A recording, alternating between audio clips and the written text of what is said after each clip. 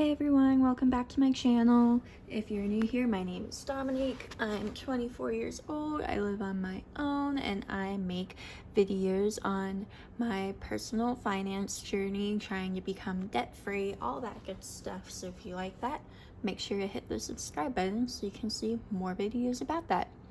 And if you're a returning subscriber, hi, welcome back. So today, it's gonna be a pretty quick video, I hope.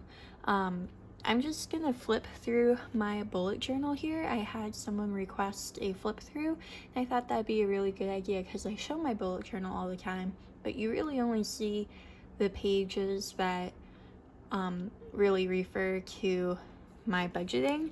So if you're interested in bullet journaling or using your bullet journal for budgeting, then hopefully this will be a helpful video for you. So this is actually my third bullet journal. It's a Leuchtturm 1917. I don't know if you can see it right there. Leuchtturm 1917. It's usually just like a black embossing, but I went over it with a white gel pen because I was bored one day. This is my second one of these.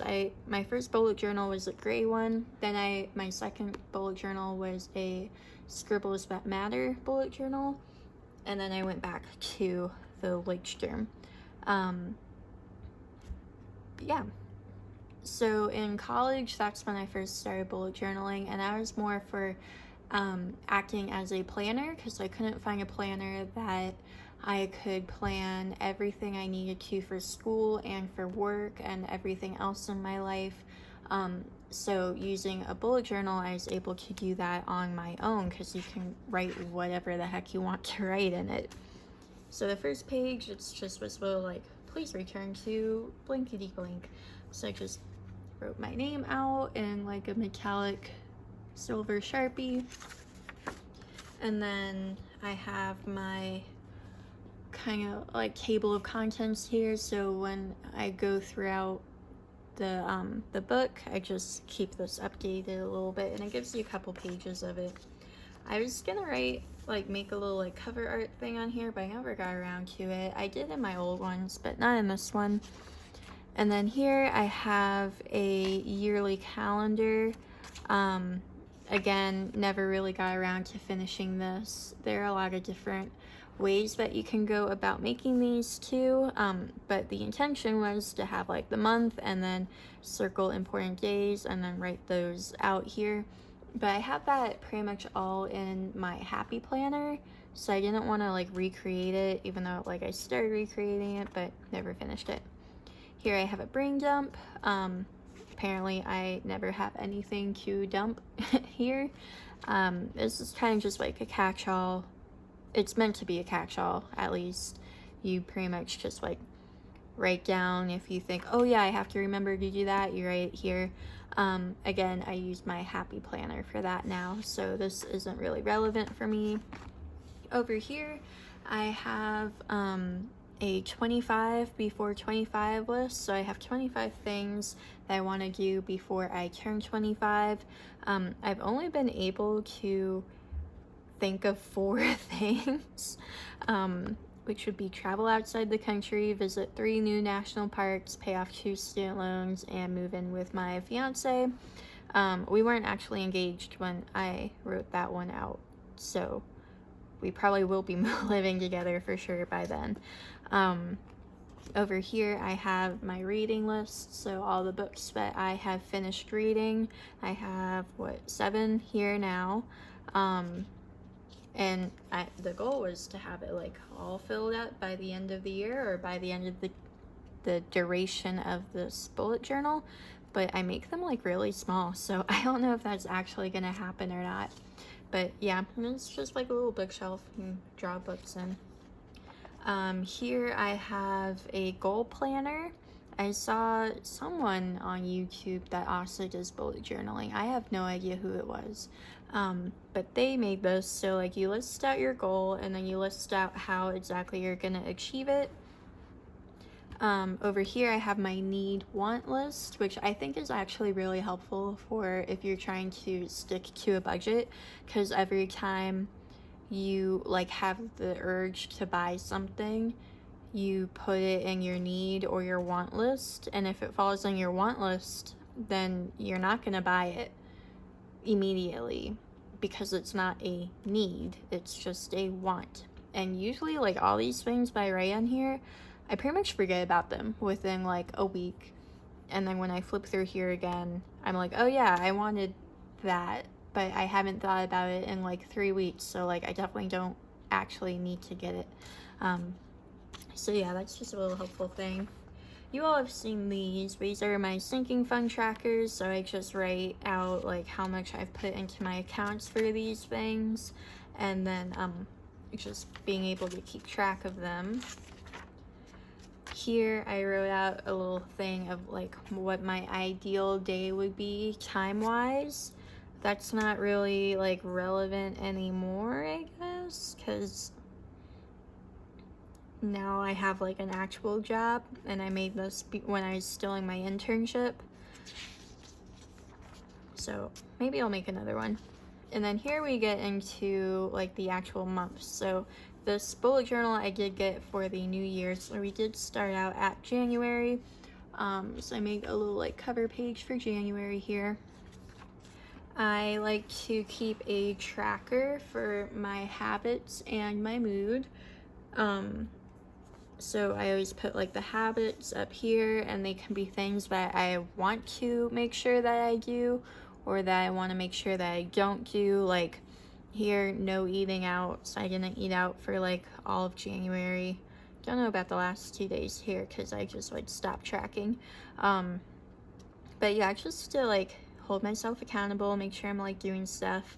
And then for the mood tracker, just kind of evaluating my overall mood for the day, and maybe that like corresponded with something that happened, or maybe it's just like I'm randomly not happy today, and maybe I can like figure out why by looking back. Then you all definitely know these pages. This is my budget page. I don't know if I made a video for this back in January, but this is what my budget looked like in January. Who knows if I actually stuck to it or not. I tried doing a gratitude log back then too. As you can see, that did not work out very well. Then over here, I was gonna do a doodle challenge because there's a YouTuber called Llama Loves Lettering, and she does doodle challenges a lot, and I used to do them in my old bullet journals, and I was gonna pick it back up, but I never got around to it. And then this is where we get into my journaling. So this is what I usually use my bullet journal for now, is just like journaling and budget stuff. And yeah, so January I didn't really do like too much. Then we go into February, and it's all pretty much the same things. We have my trackers, my budget, and then more journaling. Sometimes I have like little pages for brainstorming, for things for work, or video ideas, stuff like that. Here's March. Pretty much didn't do like anything beginning of March, probably because like I moved. So this is like when I tried picking it all back up. This is when I brought in my spending tracker, and then more budgeting things going on here. This was when all the virus stuff started happening too, like full on happening. And I was still going into work, but I think around here we were staying home for sure. Then April, same for April, all that stuff. More journaling, switching things up with the colors now because I was running out of the black pen. And now we're into May, which is this month. So I've been pretty good with keeping up my habit trackers and my mood tracker, budgeting, all that stuff. I have a new page here for my review at the end of the month. I'm gonna review my budget and see if I actually like went over budget or if I was under budget, all that good stuff. And then a lot more journaling. I wrote a lot more in May than the other months. April I was pretty consistent, but I think I just wrote more overall.